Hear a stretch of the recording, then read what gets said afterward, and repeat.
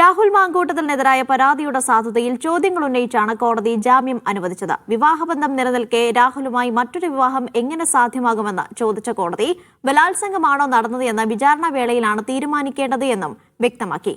അറസ്റ്റിൽ നിയമപരമായ വീഴ്ച പോലീസിന്റെ ഭാഗത്തുനിന്ന് ഉണ്ടായിട്ടുണ്ടെന്നും രാഹുലിന് ജാമ്യം അനുവദിച്ചുകൊണ്ടുള്ള ഉത്തരവിലുണ്ട്. രാഹുലിനെതിരായ മൂന്നാമത്തെ ബലാത്സംഗ കേസിൽ അപ്രതീക്ഷിത നീക്കത്തിലൂടെയായിരുന്നു അന്വേഷണ സംഘത്തിന്റെ അറസ്റ്റ്.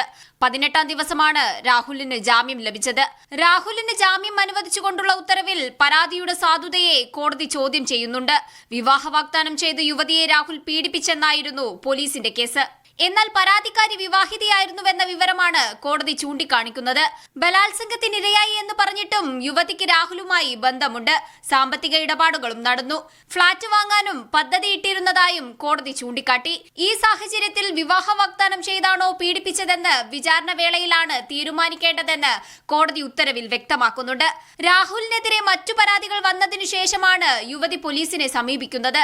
സംഭവം നടന്ന് 1 വർഷവും 9 മാസവും കഴിഞ്ഞാണ് പരാതി നൽകുന്നത്.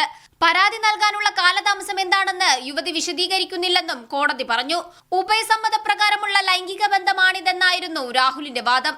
ഇതിനായി യുവതിയുടെ ഓഡിയോയും രാഹുൽ കോടതിയിൽ സമർപ്പിച്ചിരുന്നു. എന്നാൽ ഇത് പരാതിക്കാരിയുടെ സംഭാഷണം തന്നെയാണോ എന്ന് ഉറപ്പിക്കാനാകില്ലെന്നും കോടതി ചൂണ്ടിക്കാണിക്കുന്നുണ്ട്.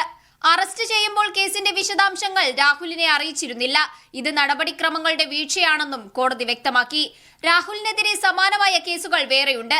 ഇതിന്റെ അന്വേഷണവുമായി രാഹുൽ സഹകരിക്കുന്നുമുണ്ട്. അതിനാൽ രാഹുൽ ഒളിവിൽ പോകുമെന്ന വാദം അംഗീകരിക്കാനാവില്ല. വിദേശത്തുള്ള പരാതിക്കാരിയെ രാഹുൽ സ്വാധീനിക്കുന്നത് എങ്ങനെയാണെന്നും കോടതി ചോദിച്ചു. അന്വേഷണ സംഘത്തിന് മുന്നിൽ ചോദ്യം ചെയ്യാനായി ഹാജരാകണമടക്കമുള്ള വ്യവസ്ഥകളോടെയാണ് രാഹുലിന് പത്തനംതിട്ട ജില്ലാ കോടതി ജാമ്യം അനുവദിച്ചത്. മീഡിയ 1 തിരുവനന്തപുരം.